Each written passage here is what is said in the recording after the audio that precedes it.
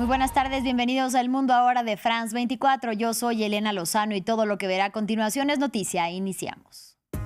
El primer grupo de pacientes y heridos palestinos llegaron este lunes a Egipto desde Gaza a través del cruce fronterizo de Rafah, que hoy fue reabierto. Se trata de un paso clave pero limitado dentro de la segunda fase del cese el fuego entre Israel y Hamás. Irán abre las puertas a la negociación con Estados Unidos. El presidente Masoud Pezeshkian puso sobre la mesa el programa nuclear iraní y pidió la apertura de diálogos con Washington. El viernes se reunirán en Estambul Steve Witkoff y el canciller iraní. Michelle Bachelet podría convertirse en la primera mujer en ocupar el cargo de secretaria general de Naciones Unidas desde su fundación. El presidente de Chile anunció la candidatura de la exmandataria, que cuenta con el apoyo de México y de Brasil. En economía hablaremos del desplome en los precios de los metales preciosos. El oro y la plata borraron parte del recorrido que habían ganado luego de que Donald Trump presentara a su nominado para dirigir el Banco Central de Estados Unidos. ¿A qué se debe este movimiento de los inversores y qué se espera para el dólar estadounidense? Lo vemos en minutos con Juan Pablo Lucumí. Y en revista de prensa repasamos los titulares de Costa Rica, donde este domingo Laura Fernández se consagró como presidenta. Medios del país centroamericano, como La República, por ejemplo, y La Nación, así como la cadena británica BBC, perfilan a la ganadora del oficialismo, quien gobernará con mayoría absoluta y promete una agenda de seguridad de mano firme. Lo repasamos con nuestra compañera Daisy Lanza.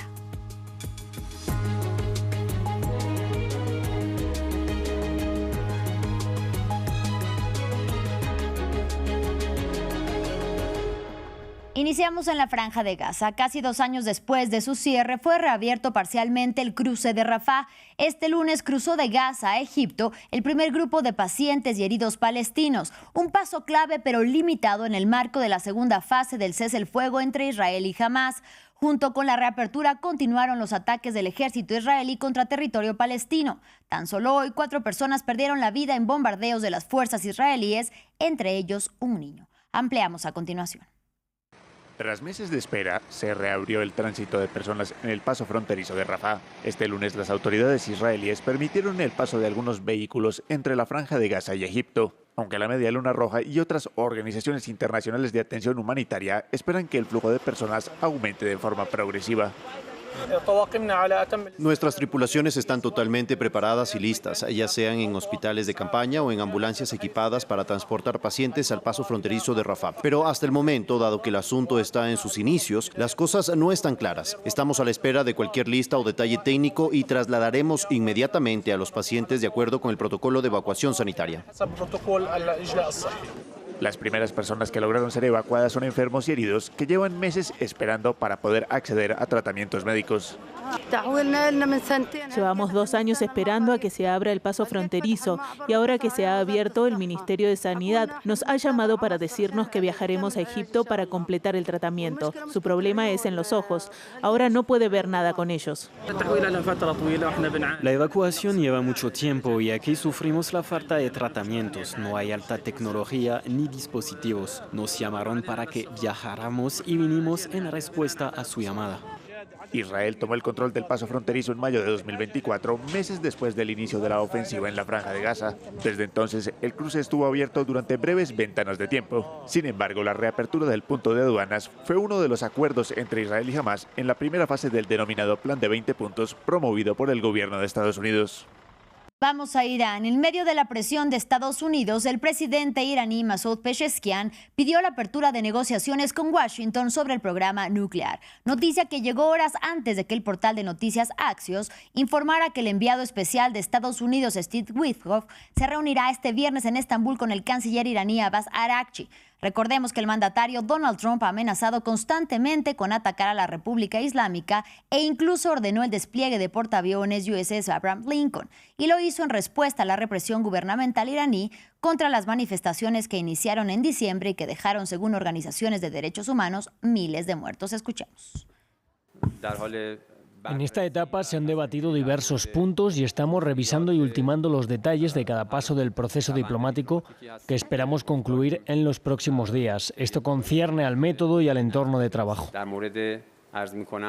En Siria, el ejército de Damasco entró a la ciudad de Hasaka, un bastión de las fuerzas kurdas, y lo hizo en virtud del acuerdo alcanzado el viernes entre el gobierno de facto de Ahmed al-Shara y la minoría, con la que se pretende que las instituciones militares y civiles kurdas se integren gradualmente al Estado sirio.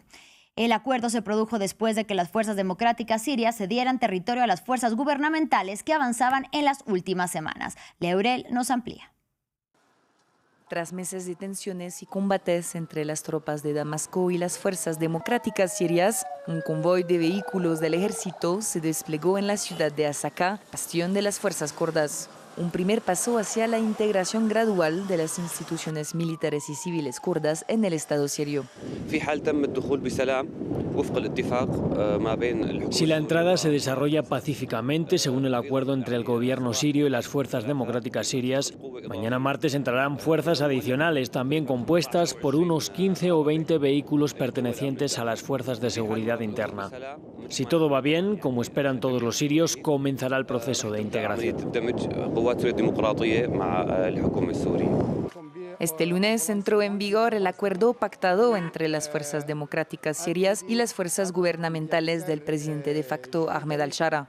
Los kurdos habían intentado preservar la autonomía que ejercían sobre territorios del norte y del oriente de Siria, tras apoderarse de aproximadamente una cuarta parte del país en las batallas contra el grupo Estado Islámico durante la guerra civil. Sin embargo, este lunes, los kurdos de Hasaka dieron la bienvenida a estos pequeños contingentes del Ministerio del Interior, esperando que sea la señal de una paz duradera. Somos un solo pueblo, solo reclamamos nuestros derechos y nada más. El acuerdo exige a los kurdos que entreguen algunos campos petrolíferos, el aeropuerto de Kameshli y los pasos fronterizos al gobierno, pero también incluye derechos civiles y educativos para el pueblo kurdo y la garantía del retorno de los desplazados a sus zonas. Además, está previsto que las FDS se integrarán en el ejército sirio, pero permanecerán dentro de una división formada por 3 brigadas. Hablamos ahora de la guerra en Ucrania. Sí habrá una segunda ronda de conversaciones a 3 bandas entre Rusia y Ucrania con la mediación de Estados Unidos. El portavoz del Kremlin, Dmitry Peskov, confirmó que se celebrará entre el miércoles y el jueves. Y Abu Dhabi, la capital de Emiratos Árabes Unidos, será nuevamente escenario del encuentro en el que se busca un camino hacia la paz en un conflicto que este mes cumple 4 años de haber iniciado. Cabe recordar que Rusia alcanzó una tregua con Estados Unidos para no atacar territorio ucraniano por una semana en el momento más duro del invierno. En más información, victoria para la derecha en Costa Rica. Laura Fernández se convertirá en la segunda mujer en llegar a la presidencia del país centroamericano. Sin necesidad de que se organice una segunda vuelta electoral, ganó los comicios presidenciales bajo la candidatura del oficialismo con el 48,3% de los votos. En su discurso de triunfo anunció que habrá un cambio profundo e irreversible en Costa Rica. William Gasov tiene el informe. Laura Fernández es la presidenta electa de Costa Rica, un mandato ciudadano que representa la continuidad del presidente Rodrigo Chávez en el país centroamericano.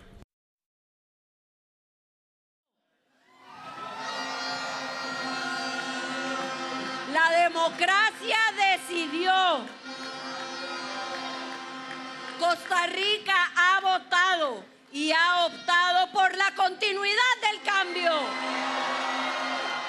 Fernández, de 39 años, es parte del partido derechista Partido Pueblo Soberano. Licenciada en Ciencias Políticas y especializada en políticas públicas, fue ministra de Planificación y de la Presidencia en el gobierno del actual mandatario. Me siento muy feliz porque continuamos en un proyecto democrático con continuidad de muchos proyectos que no se pudieron hacer en este gobierno y ahora se van a continuar con el gobierno de Laura. Y lo principal, que el país no tomó el rumbo de la izquierda. Heredera del oficialismo, basó su campaña sobre las promesas de reformas económicas como la venta de activos del Estado y de una lucha frontal contra el crimen organizado, una propuesta basada en el modelo vecino de Nayib Bukele en El Salvador, incluyendo el proyecto de una megacárcel tipo Secot. Sus seguidores destacan su experiencia en el gobierno, su conocimiento de los problemas nacionales y su enfoque cercano a la gente. Muchos la consideran la continuación natural de las políticas actuales. Una posición que se alinea con los intereses de Washington en la región, en un momento de giro a la derecha en buena parte de los países latinoamericanos. Y este lunes el gobierno de Gabriel Boric en Chile nominó oficialmente a Michelle Bachelet como candidata a la Secretaría General de Naciones Unidas, una aspiración que cuenta con el apoyo de México y de Brasil. Con este anuncio, Bachelet, quien es la única mujer en llegar a la presidencia de Chile, busca ahora convertirse en la primera mujer en dirigir Naciones Unidas. Y desde Santiago de Chile, nuestro corresponsal Alberto Peña nos amplía la información. El gobierno de Chile anunció este lunes de forma oficial la presentación de la candidatura de la expresidenta Michelle Bachelet al cargo de secretaria general de las Naciones Unidas a partir de 2027. En un acto celebrado en el Palacio de la Moneda, en Santiago, el presidente Boric destacó que la presentación de la candidatura se realiza por parte de Chile con el respaldo de México y de Brasil y agradeció a los mandatarios de estos países por el apoyo realizado. De hecho, los embajadores de ambos países en Chile estuvieron presentes en el acto. Boric destacó que la trayectoria de Michelle Bachelet es, abro comillas, impecable y ampliamente valorada en el mundo, y además de poner en valor el currículum político de la exmandataria. A nivel nacional, Bachelet ostentó los cargos de ministra de Salud, ministra de Defensa, además de 2 veces presidenta del país, convirtiéndose en la primera mujer y por el momento la única en ostentar este cargo. A nivel internacional, Michelle Bachelet ha sido directora ejecutiva de ONU Mujeres y hasta hace no mucho alta comisionada de las Naciones Unidas para los Derechos Humanos.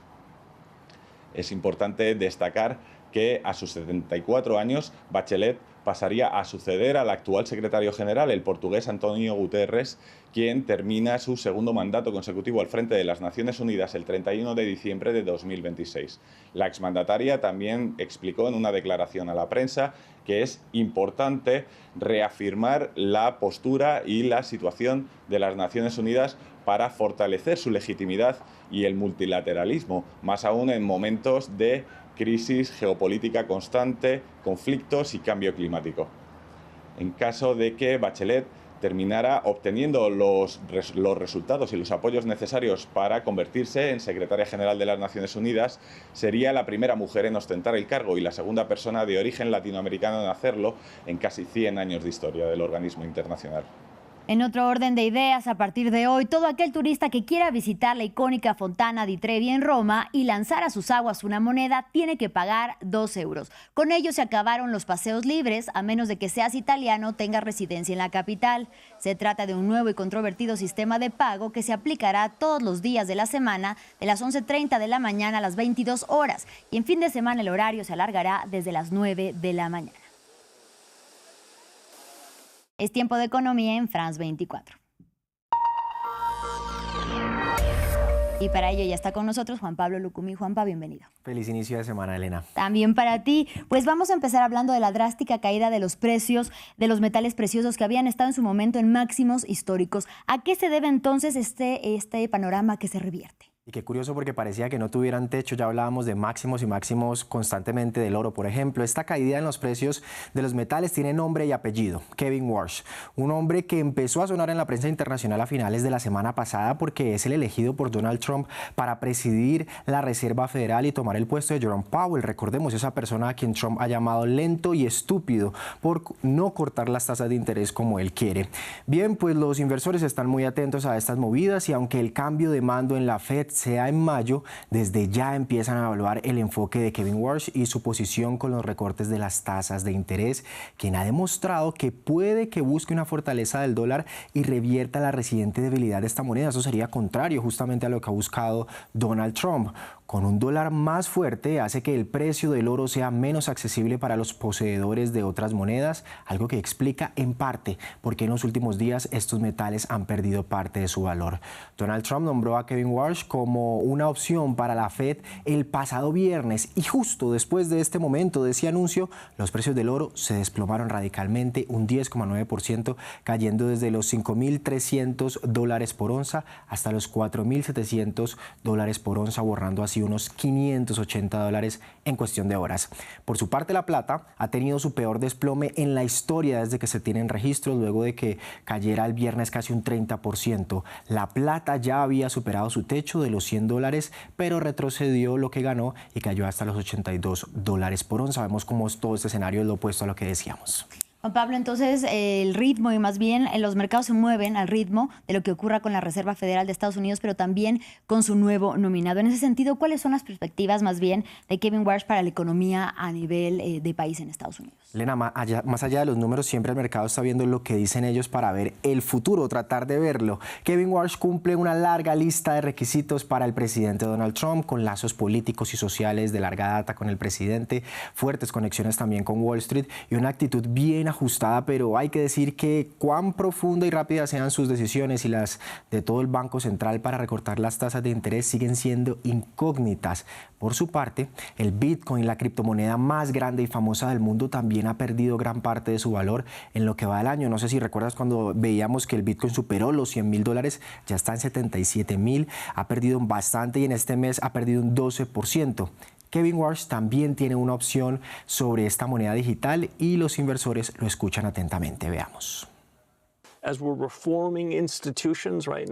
Estamos reformando instituciones ahora mismo. Estoy dispuesto a asumir el potencial del crecimiento económico y apuesto a que el Banco Central arregle los problemas que están rotos, logra la estabilidad de precios una vez más y el resto del mundo puede pensar que no nos quiera, pero una vez más van a mirar a Estados Unidos y decir, a pesar de algunas cosas que no nos gustan, su economía está creciendo más rápido y ahí es donde queremos enviar nuestro capital. Bitcoin no me molesta, lo veo como un activo importante que puede ayudar.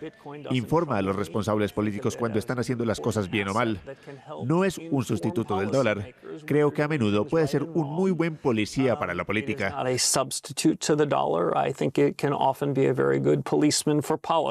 ¿Y qué pasa a esta hora en la Bolsa de Nueva York? ¿Tiene que ver con lo que ocurre en la Fed? La bolsa está mirando hacia otro lado para el sector de los resultados trimestrales de las empresas, pese a que Wall Street había números rojos. A esta hora corrige esas pérdidas y registra leves ganancias. Esta semana los inversores esperan nuevos resultados trimestrales de empresas y el informe del sector laboral. Hoy también Estados Unidos emitió una licencia general relacionada con Venezuela que autoriza ciertas transacciones relacionadas con PDVSA. Recordemos, esta empresa estatal de Venezuela encargada de la exploración, producción, refinación y comercialización de hidrocarburos. Esta es una noticia en desarrollo. Y vamos a finalizar hablando de Francia, porque el país galo podría, después de tanto tiempo, tener finalmente un presupuesto para esta noche. Después de tantos debates, las acciones europeas subieron este lunes y cerraron en positivos con importantes ganancias para los indicadores de Alemania y España, mientras que en Estados Unidos se vieron lastradas por renovadas preocupaciones de que las valoraciones tecnológicas sean demasiado flojas. El principal índice de Francia no subió tanto, solo un 0,7%, justo mientras esperan esas noticias de la aprobación del presupuesto para el nuevo año fiscal en el país galo. Previamente, nuestra corresponsal en la capital francesa nos amplió esta información.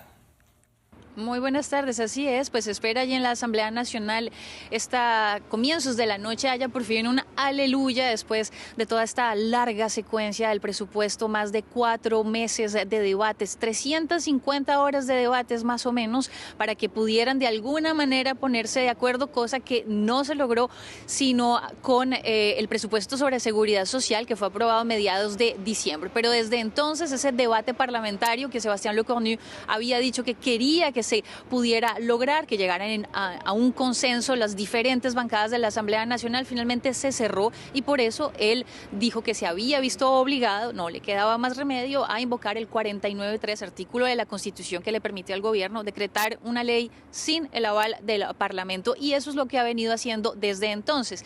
De hecho, eso también le ha llevado a que se hayan depositado 4 mociones de censura que por ahora ha logrado superar, y hoy, antes de que ya pueda decirse que Francia tiene presupuesto para este año, pues habrá que superar 2 nuevas mociones de censura. Una vez más, tanto la izquierda, especialmente la Francia Insoumise, izquierda radical, así como la extrema derecha, depositaron estas mociones de censura después del anuncio del primer ministro el viernes pasado que habría un nuevo 49.3, esta vez para todo el texto del presupuesto. Así que esta noche se espera ya esto pueda darse, un presupuesto que busca sobre todo que el déficit del país esté por debajo del 5% del Producto Producto Interno Bruto para este año, pero hay quienes tuvieron que salir crucificados un poco. Se trata de la educación nacional, que va a perder unos 4.000 puestos de maestros, mientras que la defensa, por ejemplo, sí sale bien de toda esta serie de debates, con un presupuesto que aumentó en unos 6.700 millones de euros. Y por supuesto, quien sale fracturada de toda esta secuencia es la izquierda, porque recordemos que para que Sébastien Lecornu pudiera ya mantenerse en el poder desde octubre y hasta ahora, pues tuvo que llegar a varios acuerdos con el Partido Socialista e incluir varias medidas socialistas en este presupuesto, y de hecho pues ya ahí ha habido toda una fractura, una división entre la izquierda, que justamente en 2024 en las elecciones anticipadas pues se había logrado unir la izquierda radical, los ecologistas, los comunistas y los socialistas, y ahora hay pues una nueva división, pero en todo caso normalmente debería ya haber este presupuesto esta noche.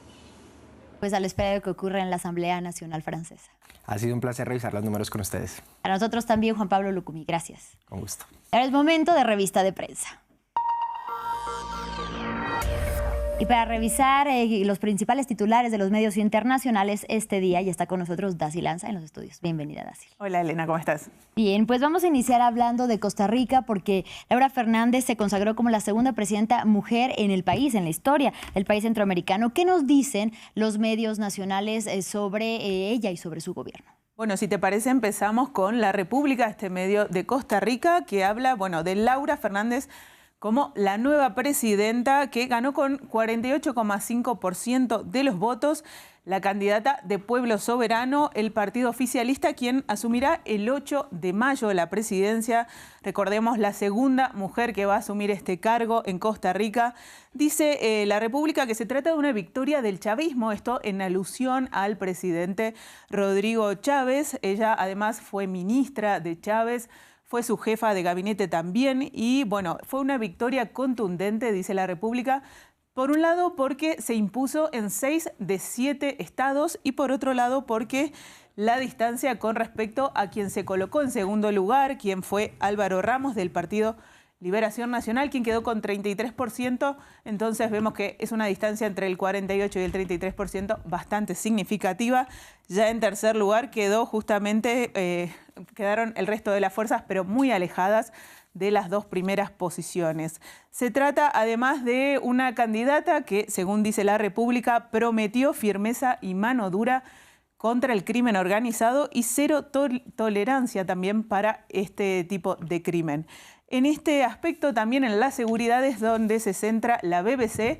El medio británico retrata a la heredera de Chávez, así la denomina, y dice que ya en su programa de gobierno, Elena, hablaba de la seguridad como un tema muy importante. Recordemos, dice la BBC, que en 2025 se registró la tercera tasa de homicidios más alta de la historia de este país.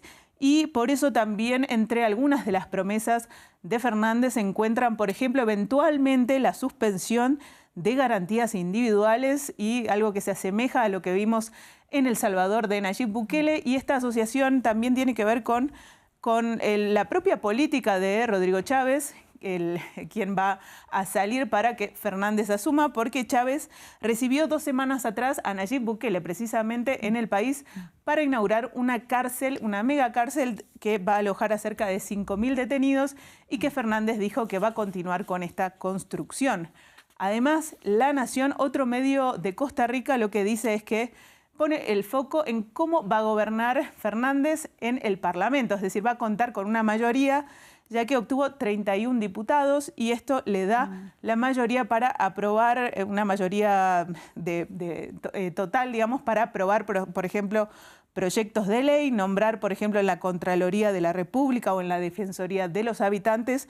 Pero dice la Nación que no va a poder, por ejemplo, contar con una mayoría especial de 38 votos, que es la mayoría que se requiere para, por ejemplo, modificar la Constitución, nombrar o destituir magistrados de la Corte, así como ampliar el endeudamiento del país.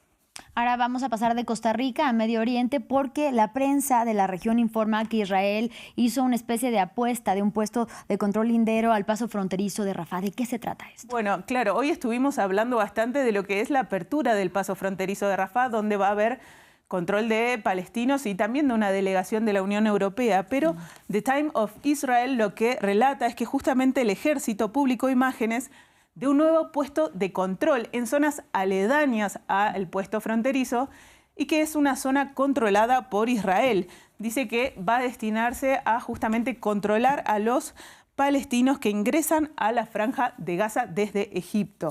Este puesto de control, según dice el ejército, es para mejorar la supervisión de la seguridad de la zona y buscará identificar a quienes ingresen, dice, y que van a ver si están aprobados en una lista que aprueba, valga la redundancia, el Ministerio de Seguridad de Israel, de Defensa, perdón, de Israel. Y además hay que decir que no van a controlar las personas que salen más que a través de una forma remota con un software de control facial, de identificación facial.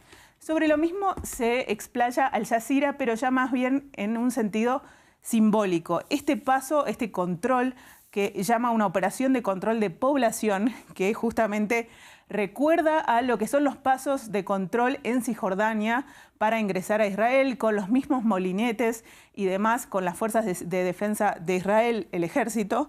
Lo que dice justamente Al Jazeera es que este paso se llama Regabim, y es un nombre que tiene mucha significancia para el movimiento colono, el movimiento que ocupa Cisjordania, porque justamente refiere a una canción, a un himno de este movimiento, donde además recuerdan que la palabra Regabim en hebreo significa terrones de tierra y habla de la adquisición de tierras, y por otro lado además se relaciona con el movimiento Regabim.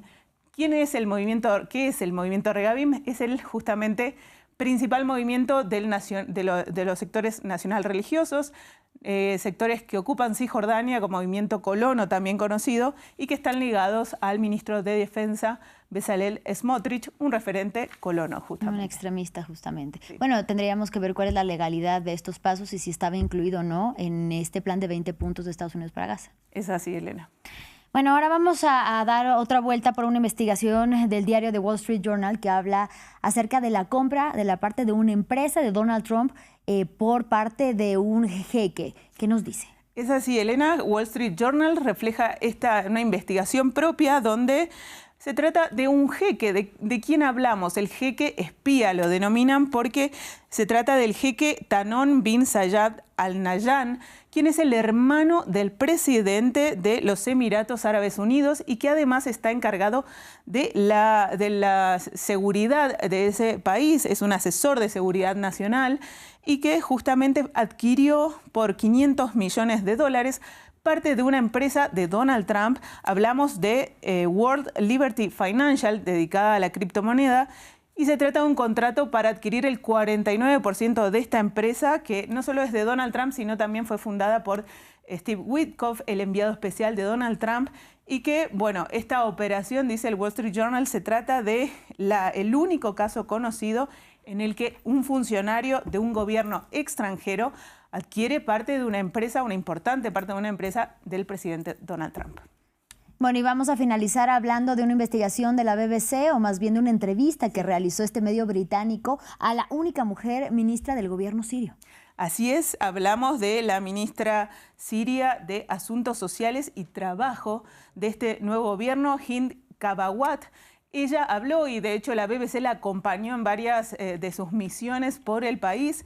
La única mujer del gobierno de transición liderado por Ahmed al-Shara, quien, bueno, recordemos, el sucesor, el encargado de derrocar a la familia Assad, al régimen Assad en Siria, el 8 de diciembre de 2024. Bueno, esta es la única mujer que forma parte de ese gobierno y dice, se refirió a lo que vimos en esta primera etapa de este gobierno, la persecución contra minorías. La ministra lo que dice es que los errores ocurren durante la transición, pero que, bueno, dice que esto se va a ir superando. También dijo que le preguntó el primer día en que asumió, le preguntó a al-Shara por qué era la única mujer, y esto lo denomina como el principal error del gobierno de no designar otras mujeres, y dice que la respuesta de al-Shara fue que ya vendrán, estamos en un periodo de transición. Veremos si es así.